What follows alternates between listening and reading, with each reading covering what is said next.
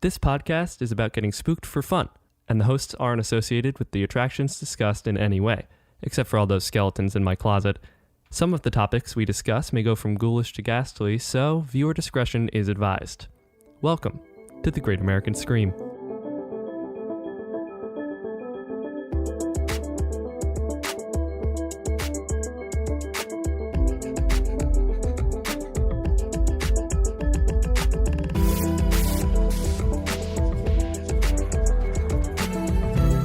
Hello, everyone, and welcome back to the Great American Scream. My name is Devin Wright. My name is Adam O'Connell, and have you been to the movies lately, Devin? Yes, I love the movie theater. I saw Sonic the Hedgehog the other day. What a brilliant film. All right, how would you feel if before you saw Sonic the Hedgehog, you had the opportunity to take out a life insurance policy before the film began? I would feel as though my family could rest assured that should I meet an untimely demise, that they would be financially supported. Great. Why? Are you saying that something in Sonic would kill me? Well, Ooh. What about going to see The Invisible Man and having an appearance? Trick question, you can't see the Invisible Man. Well, what if there was an Checkmate. appearance in the theater of an actual Invisible Man? Maybe Like there was. Maybe there was. And you just didn't know it. Okay. But so today we are going to talk about the hilarious and totally wacky world of horror movie gimmicks. And by that, I don't mean like a gimmick that is the plot of a horror movie, like how the gimmick of A Quiet Place is that the characters can't make noise or anything. These are marketing techniques or gimmicks in the real world that were used for promotion or advancement of the movie or enhancement of the movie in some way. Right, some sort of viral marketing trick or something like that. Like when we talk about gimmicks, gimmicks are not always bad. A lot of horror movies are built on gimmicks that are very good. Like a plot twist is a gimmick. Yeah. And yet, like, Get Out is one of the best horror movies of all time, and it's built around a plot twist. Yeah. Yeah, but we're talking about, like, marketing gimmicks. Yeah. And I'm so excited. It was such a huge thing in horror film of the 1950s and 60s and then kind of died out. And I really think we should bring it back. All right. So how would we go about bringing it back? Who could we call? We got to start from the beginning. The man, the king, the man who practically invented these horror movie gimmicks, William Castle. The king and I'm the queen and you're the fool. Yeah. If he was sitting in the king chair, I would be the queen and you be the fool. Okay, great. But so we're going to talk about William Castle. William Castle was a director with Columbia Pictures. He was born in 1914 and died in 1977.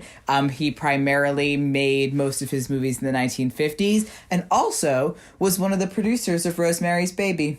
Oh, I'm sad that in our notes it says produced Rosemary's Baby, which I liked more because maybe he actually produced it. I mean, I wasn't on set. I don't know. From his loins cometh the baby of Rosemary. So he first fell in love with horror after seeing Bela Lugosi as Dracula in the 1924 touring play, not the movie. Oh, yes. The way we were all birthed into the theater scene, seeing a touring production of a play. Yeah, but I didn't know that Bela Lugosi played Dracula in a play and then also in the movie. Yeah, I like that a lot. It's kind of what's the Aaron Sorkin film? A Few Good Men? I guess. It's like that, but with Dracula. Yeah. He decided, after seeing this, William Castle decided that he wanted to, quote, scare the pants off audiences for the rest of his life.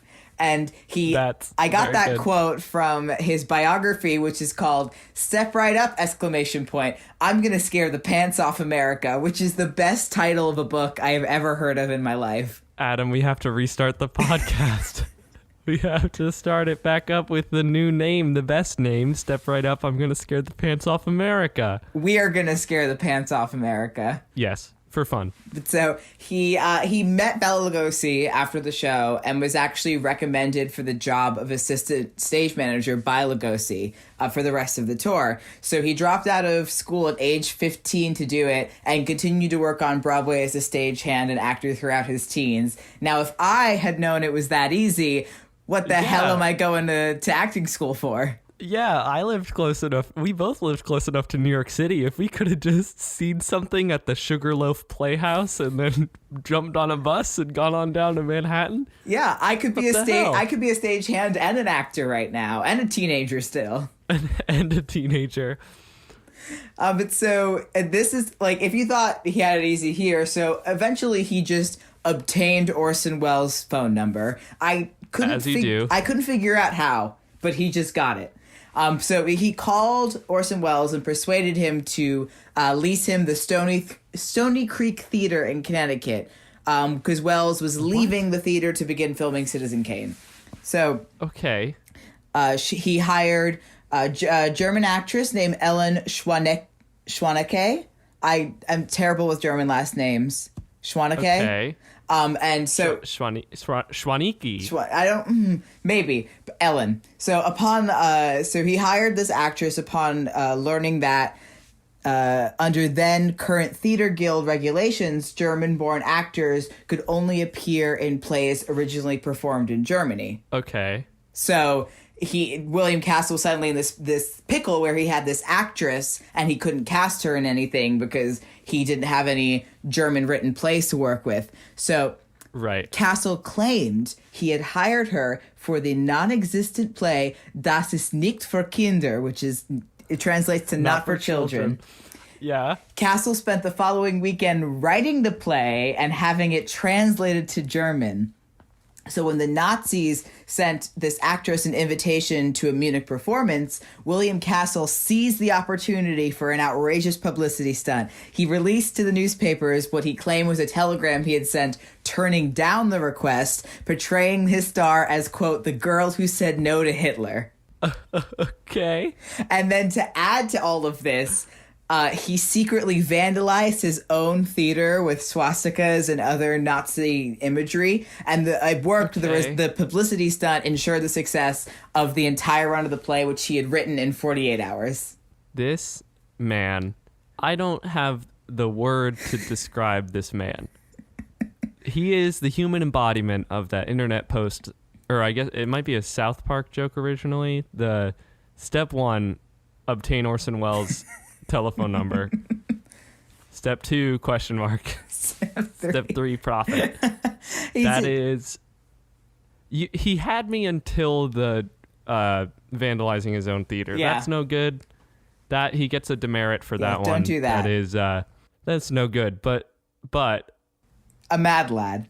But what happened next? An absolute mad lad. So then at age 23, he was hired for Columbia Pictures.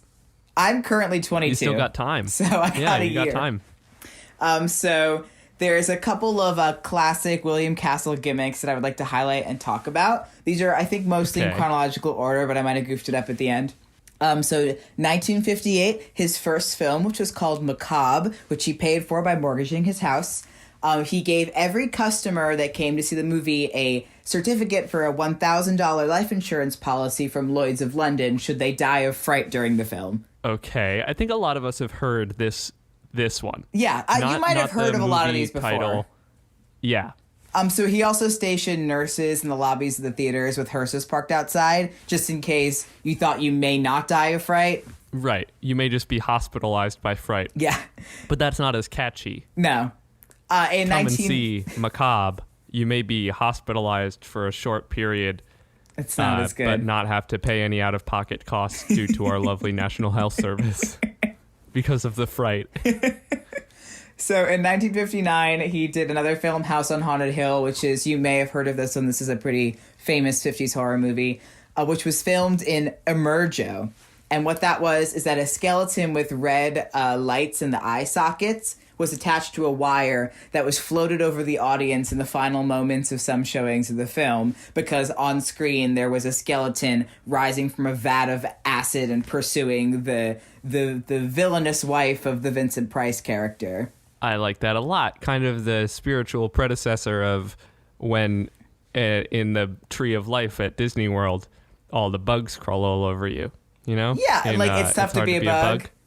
Yeah. Yeah, so What a tidbit I really liked about this is that once word had spread about the skeleton, people would go, like kids would go and see it and then try and knock it down with candy boxes and soda cups or whatever they had. Kids are always the same. Yeah.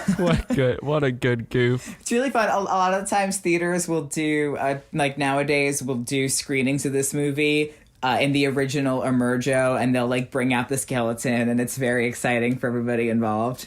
That is very exciting. We should do a live show at that theater. So this one is a pretty famous one. In 1959, he did a movie called The Tingler. Also my nickname in high school. Which was filmed in Percepto. So the Tingler in the movie is a creature that attaches itself to the human spinal cord, and it's activated like when you're scared or when you by fright, and it can only be destroyed by screaming, and you feel it as like a vibration. So William Castle purchased military surplus airplane wing de-icers, which he purchased because the motors vibrated, and he had a crew... Yeah, to like get the ice off of the wings. Yeah, he had a crew travel from theater to theater, attaching them to the underside of some of the seats, because back then, a movie didn't open on the same night everywhere, so he was able to do it in multiple theaters.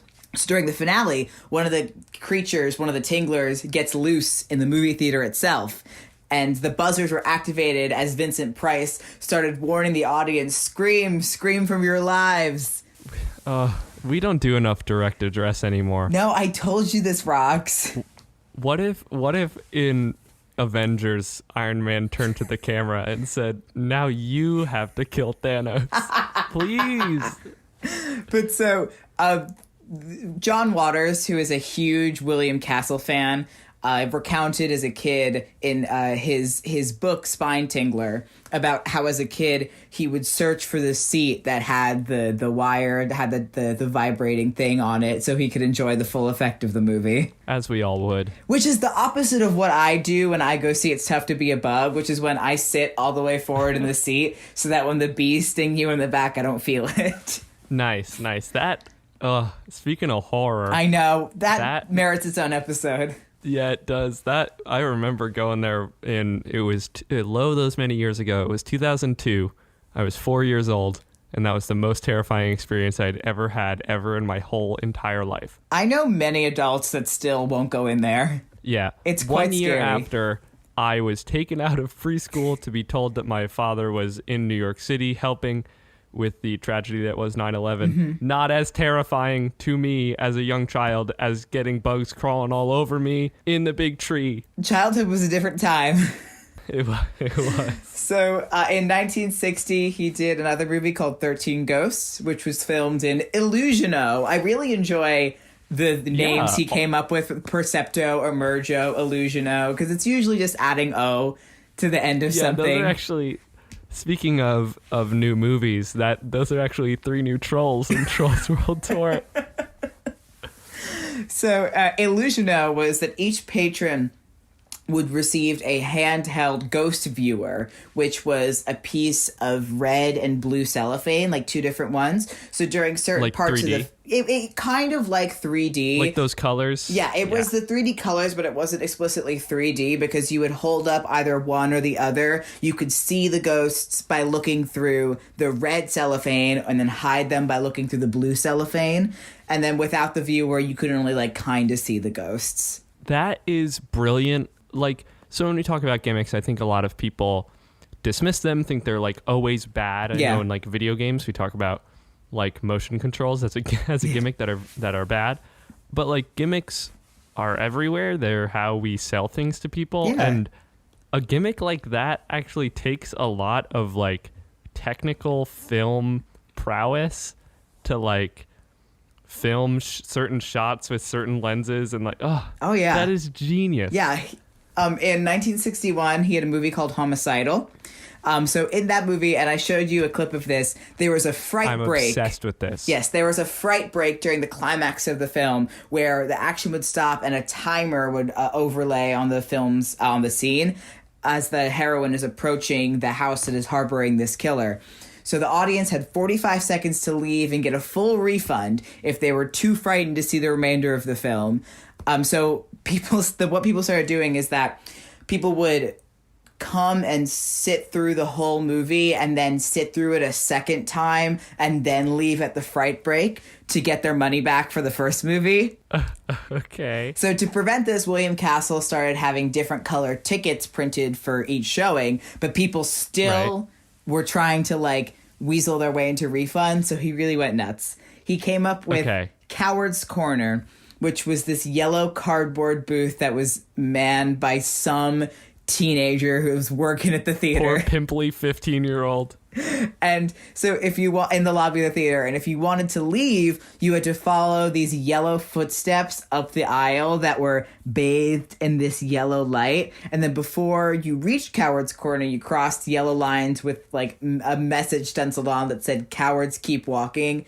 You would pass a nurse who would offer you a blood pressure test. And then the whole time you were walking out of the theater, a recording was going, "Watch the chicken, watch him shiver in Coward's Corner." And then you would get to Coward's Corner and you had to sign a yellow card stating, "I am a bona fide coward." This is actually that the recording, "Watch the chicken, watch him shiver in Coward's Corner," is actually that blares wherever I go. I step on the subway and the man comes on and he goes, "Stand clear of the closing doors, please. And also, watch the chicken, watch him shiver." So in 1961, he did a movie called Mr. Sardonicus. So the audience in this film could vote on the villain's fate in a punishment poll during the climax of the movie. So William Castle would appear on the screen and explain two options. One, if the villain, Mr. Sardonicus, gets shown mercy, or another one, if he should if he should die, because I think he gets poisoned in the movie. So audience members were given a card with a glow-in-the-dark thumb they could hold up or down to vote. Supposedly, no audience ever chose mercy because apparently Sardonicus was quite evil. So the alternate ending was allegedly never screened, or some people say that it was just straight up never filmed. And no matter what they chose, which is also very good, because that kind of gimmick is like, oh, you get butts in the seats, and then even if they want to see the ending that doesn't exist, they don't get to. Yeah.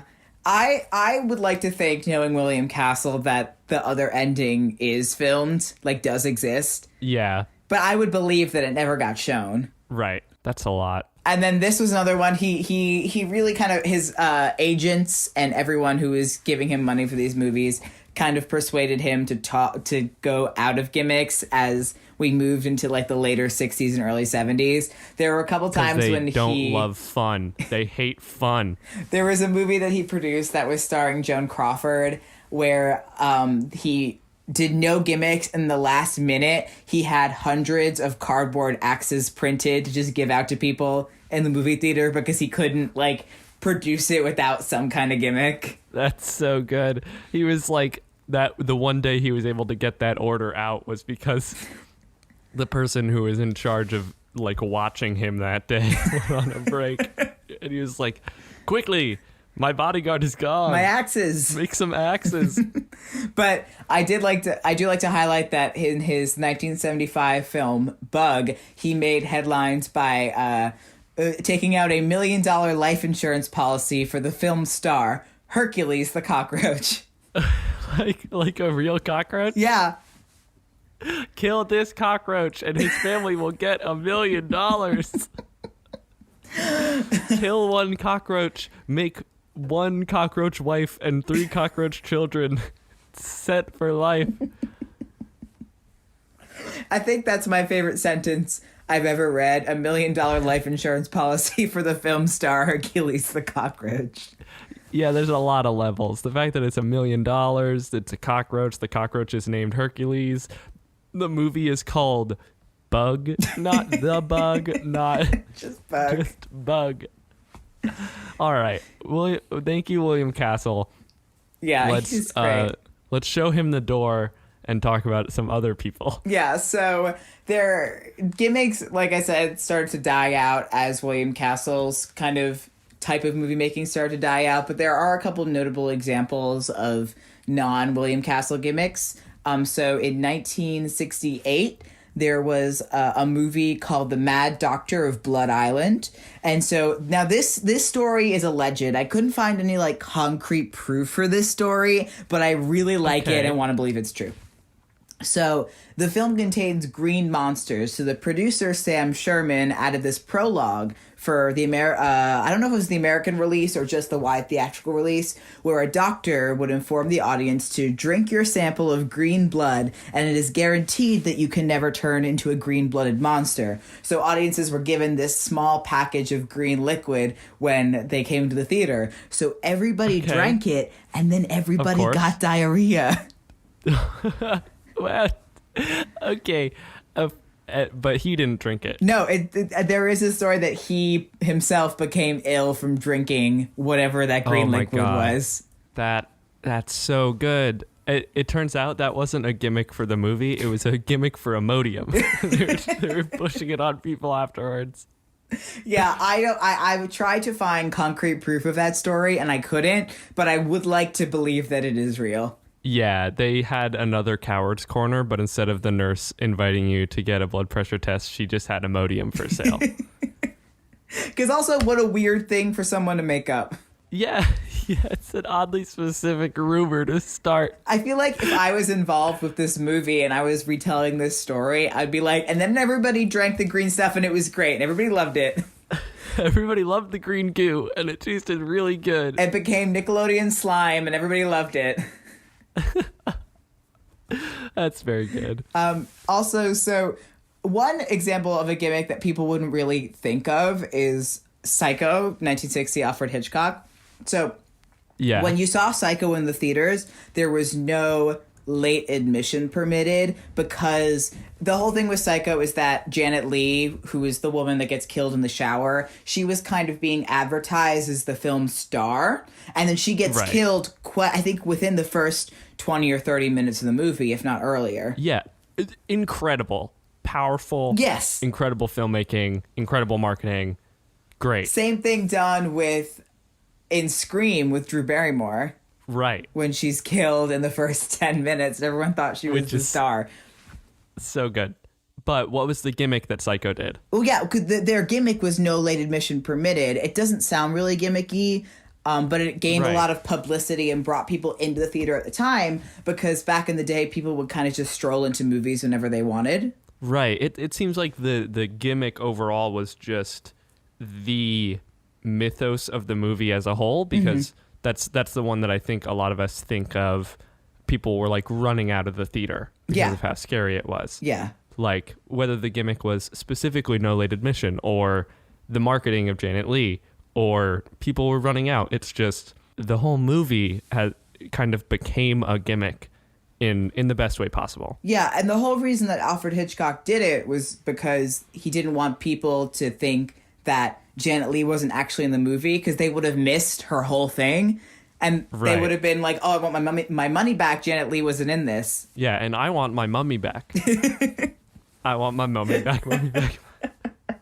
But so, anyway. Yeah, the fact that it had no late admission was what really got butts in the seats, because people were like, oh, like, what happens in the beginning that we can't come late? Right. Yeah, this movie has to be incredible because, which they were right. Yeah, it is incredible. So there was another film in 1958 called My World Dies Screaming, which was renamed to Terror in the Haunted House eventually, which sucks because My World Dies Screaming is a way better title for a movie than Terror in the Haunted House. Yeah, I was actually going to say when you said the title how great of a title that was. Yeah, they renamed it to Terror in the Haunted House. Wow. But so that wasn't the gimmick, it's just a fun fact. But the gimmick was that this film used Psycho-Rama. So not Psycho-O, presumably because it already ends in O. Right, the hit 80s dance craze, Psycho-Rama.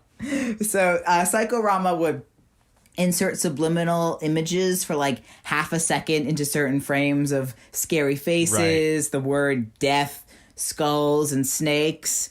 Now, obviously, most audiences didn't catch this, but when people found out that it was in the movie, it did add this kind of like air of intrigue around the movie. Right. It's kind of like the, mean, there are a few different things. The one that springs to mind is Fight Club again, which apparently is just a motif that I mentioned Fight Club. Yeah.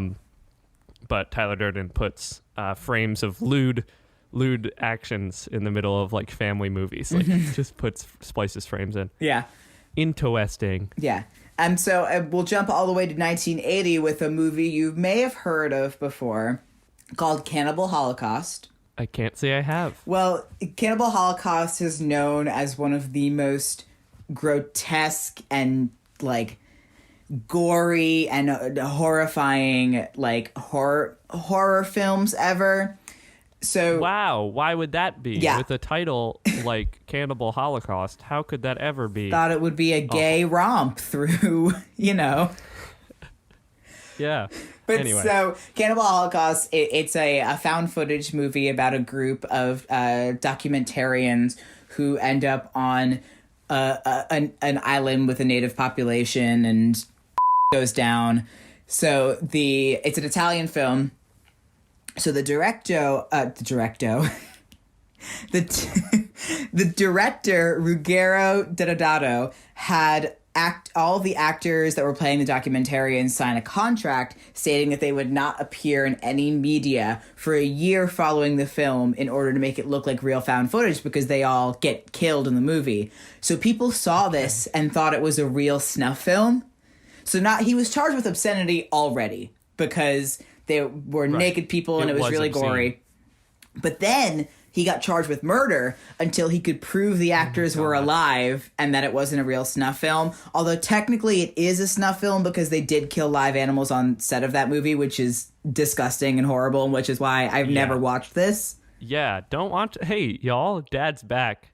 Don't watch this movie. The most wild thing about that is that the idea of like signing a contract saying you won't appear in any media, it works if your actors are unknowns. But what if you had like Chris Pratt and Robert De Niro in this film and they just disappeared for a year after this film? And they were like, I guess Robert De Niro and Chris Pratt went on this adventure and filmed it and then died, I guess.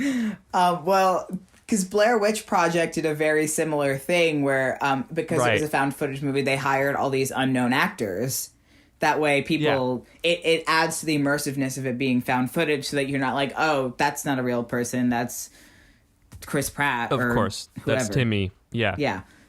And I mean, found footage is kind of a gimmick that brought about a whole new world of horror or cinema. Yeah, no, and that's what I wanted to go into talking about kind of examples of modern horror / film gimmicks, because may not be as many like obvious ones as like the William Castle ones, but there are, I think, a couple things that count, and found footage movies, I think, is a huge example. Stuff like Blair Witch Project and stuff like Paranormal Activity even. Yeah. Because especially when those films do things like tie-in websites or stuff like that. I know Blair Witch Project did that. And if you went on the IMDb page for Blair Witch Project, it would list all the actors as playing themselves and saying like missing or dead. Right. And the kind of the ARG, augmented reality game aspect of films like this, where there is like a hunt to see what's true and what's not. Yeah. And I really like movies that kind of have those tie-in, or there are even a couple ones that have like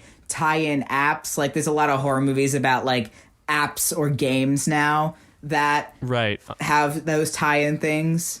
Yeah, and there are examples of, I think, the kind of gimmicks that a lot of the lay audience members would like write off as just gimmicks, but to people who are very into horror culture, I'm sure it comes off more as like a dedicated desire to incorporate interesting gimmicks, but interesting aspects of modern culture into horror properties. That's fascinating. And stuff that gets the audience involved in some way too is something that's A, really died out, but B, I think is an excellent gimmick and a fun thing to use. Yeah, an enhancement of not only enjoyment, but of the horror aspect, like we talked about in Creature Feature. If you feel like you can touch it, it's scarier. If you have the actual app that's going on in the movie, part of your brain is like, oh, how neat. They were really smart for doing that. But part of you is like, what if? Yeah. What if the ghost spooky ghost hand comes out of the app and kills me like in Black Mirror. It reminds me of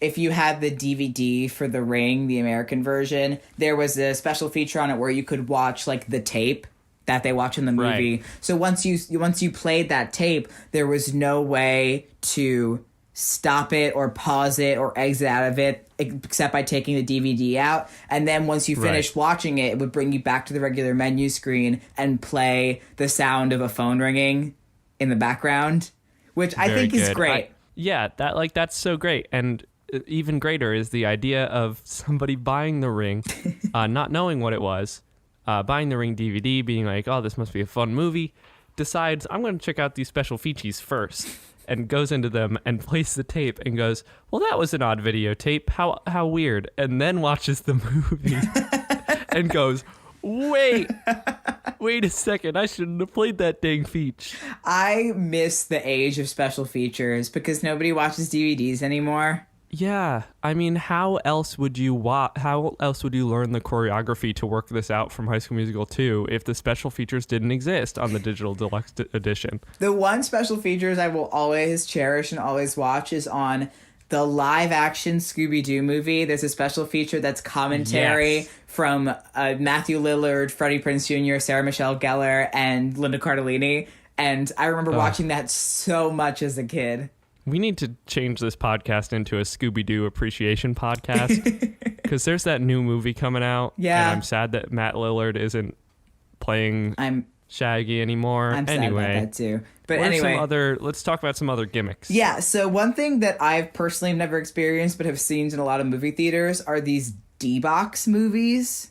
Right. So they're the ones that if you haven't heard of them, the seats in the theater move with the film. They were first used with Fast and the Furious in 2009 and then have been not used super frequently, but I remember having gone into a lot of theaters and seeing like the Dolby Vision or the kind of interactive theaters like that. Yeah, and D-Box is kind of, if I'm correct, comes out of the like 4D, and you actually have it here in our notes afterwards, from the 4D, 5D experiences in theme parks. The one that springs to mind is Shrek, that in the Shrek 4D film, which you can go watch on Netflix. Yes, you can. Without the interactive element, but maybe just pretend in your house. Yeah, your futon doesn't. You can get one of your children to shake your chair. But that setup had a moving chair. Those things I feel like are the kinds of gimmicks that most clearly draw a line from like William Castle, that they are, if you take them out of the space, they are just gimmicks, right? They're just like ways to move you around, but in the act of like watching a movie while in this weird moving chair, it actually amps up the immersion in such a weird conscious way, like in the same way that direct address of like get out while you still can in old horror movies seems like it would take you out of the movie. It somehow actually takes you in, like getting your butt punched while Dwayne The Rock Johnson is driving a fast car. Yeah, you're actually kind of like, oh, I'm in this Camaro with my friend. Yeah, and it's neat. I think there are some great examples of how these gimmicks have lived on, especially in theme parks and in attractions. Shrek's a great example. It's Tough to Be a Bug is a great example. One of my favorite examples is Muppet Vision 3D in Hollywood Studios at Disney World. I think it has some really, really fun gimmicks that I know probably could not be employed long time in like a limited screening for a movie, but are great. Right. Some examples when they set off the cannon and it supposedly blows up the theater, and they have installations on the walls that are covered by like scrims, so that when they shine the light through the scrims, you see like the exposed brick and stuff as if the wall had just been punched out. And then for the next show, they just take the light away and it's just the regular wall again. Right. It's the kind of thing that because of the way the industry has developed, like you talked about William Castle installing these things in the seats that would vibrate. Like, that's not possible today because there are 17 showings a day of the same film in this auditorium for this many months, and it's not something that could be recreated in any environment other than a theme park that shows the same thing for at least 2 years. Totally. But it's, yeah. Yeah, and on that as well, if we're talking about Muppet Vision again, one of my favorite things about that, and I think something that maybe theaters could employ, is the part at the end of the film where they're doing Sam the Eagle's A Salute to All Nations, but mostly America, and chaos is ensuing. And yes, Sweetums, the big brown Muppet with the big old mouth, comes out and yells at the Swedish chef who's in the projection booth to stop the picture. And you see him on the screen telling him to stop, and then he exits the screen and then enters the theater and is now a part of the audience and has literally come off the screen. And it's a very simple effect, but it's so much fun, especially because you see the audience recognition when suddenly he's right in front of you instead of just on the screen. Right, and that's something that I think that kind of trick could be done today because of the like growth of these kind of boutique movie theaters. Yeah. Like that seems like something they would do at an Alamo Drafthouse. Yeah. During a premiere, but that wouldn't happen at like your local AMC, which is sad because I'm sure some pimply 15-year-old wants to go to school for acting and is like, please put me in the Sweetums costume. Yeah. I'll do every show. I do remember Pay me $7.25 an hour. I do remember the AMC or the Regal in Union Square. Do you remember that movie, The Strangers? Yes. I remember when that movie came out, we were like freshmen or sophomores. They did some viral marketing where they had the 3 people dressed like the villains from the movie in the masks, just standing on the street corner outside the theater. Yes. It was great. Yeah, which to me, as somebody who wasn't really up to date with my viral marketing, was like, scary people. all right, those are just some scary people on a New York street. Got it. Yeah. And I went back home. And back to what you said about Alamo Drafthouse too, I think tie-in stuff like that, like they're doing the Cats Rowdy screenings right now, where you are encouraged to yell things at the screen, and there are games involved in dressing up, and that ties in, I think, with the tradition of Rocky Horror Midnight screenings. Right, of course. How fitting that Cats would become the next in line after Rocky Horror Picture Show. Yeah, I think it was inevitable. Yeah, I think we all should have expected it. The only problem is that Rocky Horror has a much smaller cast than Cats, so you need a big shadow cast if you're going to do a true Cats one. Is Tim Curry in Cats? No. That's a shame. That seems like a film that he should have been in. No, he should have stayed far away from that. Ian McKellen did that role fine. I'm a cat. A wonderful cat. A jellicle cat. You don't think Tim Curry would be good? I think he'd be good. I think if they had made that movie in the 80s, pre-CGI, and just put him in the cat costume, yeah. Yeah, he should be every animated cat forever. I think he should have been the Cat in the Hat. Anyway, do you have another gimmick? Yeah, the only other one that I could mention is, and this is literally a one-off example, but do you remember when the Rugrats movie came out when we were in elementary school and they had smell-o-vision? Rugrats Gone Wild, the film that Kevin Feige as a young boy saw and went, oh, crossover. What if I did this with superheroes? That's not true, but... You don't know, maybe it is true. Maybe it is true. He would have been like 20-something or 30-something. It's not the only smell-o-vision. No, there have been other smell-o-visions. That was the only one that I could ever remember seeing as a person, though. Yes, I do remember being in the theater for that. I feel like SpongeBob the movie had some smell-o-vision. It might have. Ones. I think the original Rugrats... So the original Rugrats had one, and then the Rugrats Gone Wild had like... You got like 3 different cards. Yeah, Rugrats Gone Wild is the one I remember like actually doing. Yeah, I think that was the only film we were alive for. Yeah. But I know it definitely has been used, and it was used in the age of William Castle as well. I don't think William Castle ever did the smell-o-vision thing. I think he saw other directors doing that and was like, child's play. Yeah, well, or he was like, that's a bridge too far. One or the other. It was either not good enough or way too much. Yeah, I think the problem with smell-o-vision for horror is that it would be like... It would be gross. In comedy films, it's like, haha, smell this cheese. And there's like one fart that is like, haha, I gotcha. Yeah. But in a horror movie, it would be like, smell this blood. All right, now smell this animal carcass. Yuck. Yeah.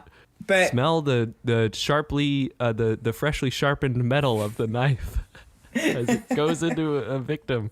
Yeah, I guess I wouldn't like to see smell-o-vision for any modern horror movie. Maybe for like, no, that would be gross. I was gonna say a smell-o-vision for It, but no, that would be yucky still. No, that's a bad one. You did a bad one for that one. What about for A Quiet Place and you get to smell the very good... The cornfields. They make something really good in that.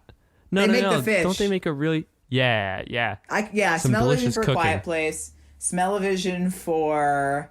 I had one and then I forgot it. Smell-o-vision for Paranormal Activity. Yes, you smell the smell ghost. Toby. You smell the ghost. I think smell-o-vision for horror as a way to make you feel safer, like in something like A Quiet Place where you smell the like wood of the house and the dinner they're cooking, and it makes you feel safer and more at home and more immersed, so that when the horror pops up. And that's the thing, you have to thoughtfully execute these gimmicks you to make can't them just actually do enhance the experience. Right. In something like horror, you would use a gimmick to enhance immersion to make the scares scarier, or you would use them to enhance the scares. But depending on the gimmick, one of those wouldn't work so well, and one of them would. Like, smell-o-vision needs to be used to immerse. Having a actor in the audience, you can't have an actor in the audience to make people feel more at home. Yeah. Like, if like it's always a young terrible. girl just comes into the theater and just sits... Audiences are so terrified. Audiences are so terrified of any audience participation. And any actor that's not on the screen. I don't know about bringing more actors into theaters for anything that's not comedy. Yeah. Anyway, I think that's going to do it for us. Yeah, let's bring horror movie gimmicks back. Yeah, let's bring them back. I want more of them. Let's bring William Castle back to life. Bring a skeleton to your next showing of The Invisible Man. Or to Trolls World Tour.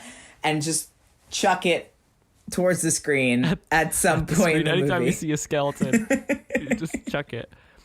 All right. Well, that has been our episode on horror movie gimmicks. Thank you so much for listening.